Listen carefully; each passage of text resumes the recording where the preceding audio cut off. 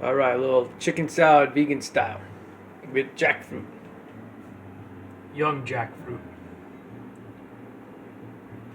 All right, I've tried a few different kinds, organic and everything. This is really good. I've never found like a shell piece or anything like that. It's always beautiful tasting. It's always wonderfully soft, like it should be. A couple other companies didn't find that with, so I continue to use this one. It's really awesome. That's what it is. So if you're not familiar with jackfruit, you use the young, because if it turns into a fruit, then it gets really sweet. And I think, I'm not sure because I've never eaten it, but I think if I remember correctly seeing it online, it's a yellowish orange fruit inside. This has a very, I'll show you over here, a very soft, bland kind of taste. It really is like, say, a piece of chicken that it feels like chicken. This one's a little watery because I didn't drain it out all the way. Most of the pieces drained. This one didn't. But I left this on the side just to show you. You can split it open with your hands or just slice down the lines and, like, it will come out like a pulled pork or a chicken, or a tuna, whatever you want. Basically, it depends on what flavor you're going to add and what style. I'm calling this a chicken salad. If I wanted it a tuna salad, I'd probably use a seafood spice or an Old Bay, and then it would be like, say, a tuna salad. Today it's chicken. So you can see how soft it is. It looks like chicken. It has a very meat-like taste at this stage of its harvest, and it's real good and real easy. So you can see, you go like that, pulls apart easy. You can use a fork. I just slice it with a knife, holding it with my hand, and it goes simple. All right. So what are we gonna put in it today? Romaine, yellow pepper, tomato, grapes, onion, avocado, vegan mayo that I like the best so far. Not something I use tons of. In the summer I'll use it a lot. Through the winter and stuff, not so much at all. Some black pepper and some hemp. Real quickly, I buy hemp that's organic and non-GMO. This one's not, because the bag that the other ones came in are not recyclable. They used to be recyclable. They're not anymore. Well, I shouldn't say they're not. My place never took them, but I found a place, or supposedly found a place, where there was a drop-off point, and there was no drop-off point. So I went back to buying this for now because I couldn't find any non-GMO organic in a container.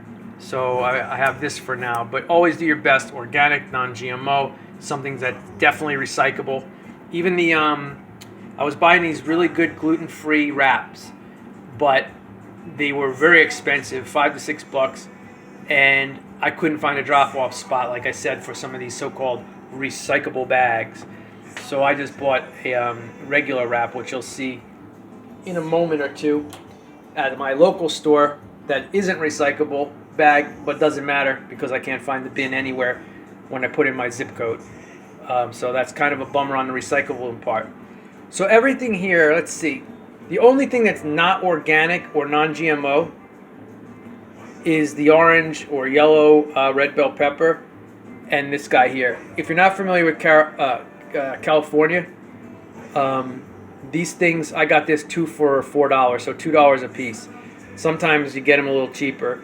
The organic ones will be like 1 for like $3, $4. It's absolutely ridiculous. And they grow them here in California, no less. So everything else would be organic and non-GMO. All right? And now I'm going to just put this together. There's also celery, and that's organic. I'm going to put this together, and you can do it any way you want with whatever seasonings you want. You can do it with just some oil instead of the mayonnaise. Mix it up with, say, olive oil or coconut oil. All right? Now, I eat my one meal a day, and for my protein today and stuff, I had a tea icy that turned into a tea smoothie with my plant protein replacement meal mix, and I had already done that. And then this is going to be my meal. So it's nice, it's refreshing, and it's mostly on the alkaline side.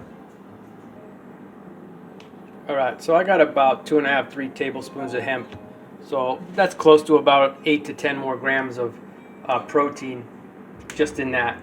Now, something I like to do both warm and cold, and I love it cold, is you can use quinoa or farro, and you can do it alone and make something like this, or you can add it to this, and that brings in a whole bunch of carbs and protein and fiber as well. And so that's something you can do. I like to do that with burritos. If I'm going to make like a Mexican style burrito or something, the bounce of the quinoa and the bounciness of the farro, when you mix it in with like a meaty type seasoning and stuff, or Mexican style seasoning, makes a great like meat texture, and it's good for you too.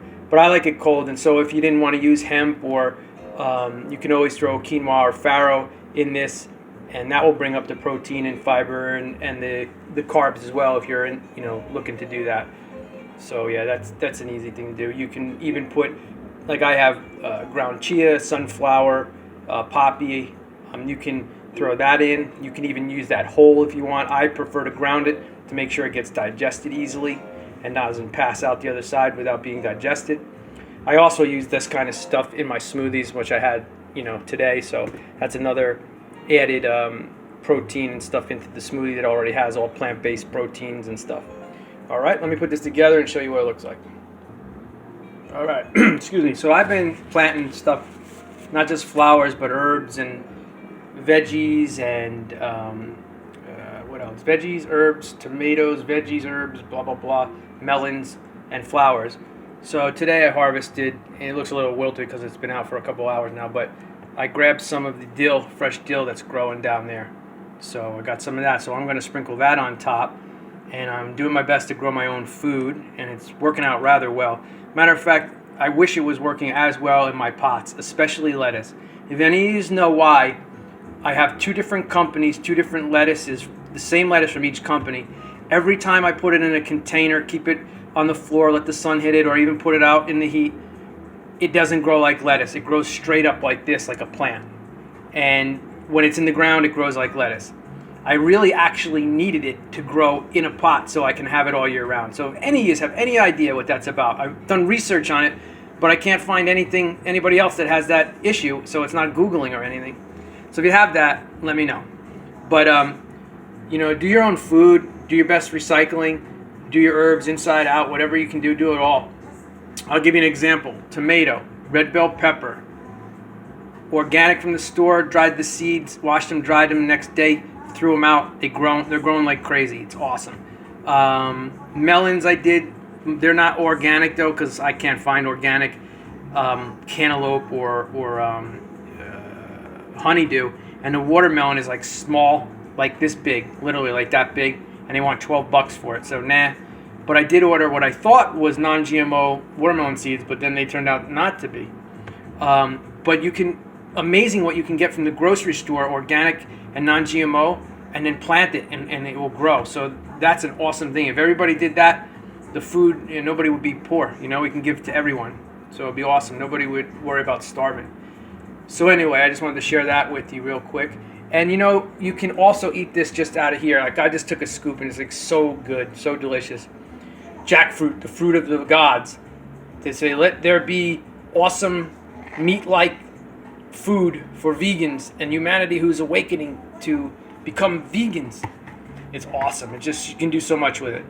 And also you can use crackers, toast some bread, put it on a sandwich if you want it that way, old school, like, chicken or salad on a piece of bread or something. You can do it every way you want. All right, so I'm going to hit this with some dill from my garden. And I can't wait to get the tomatoes and all the other stuff going. It's going to be awesome.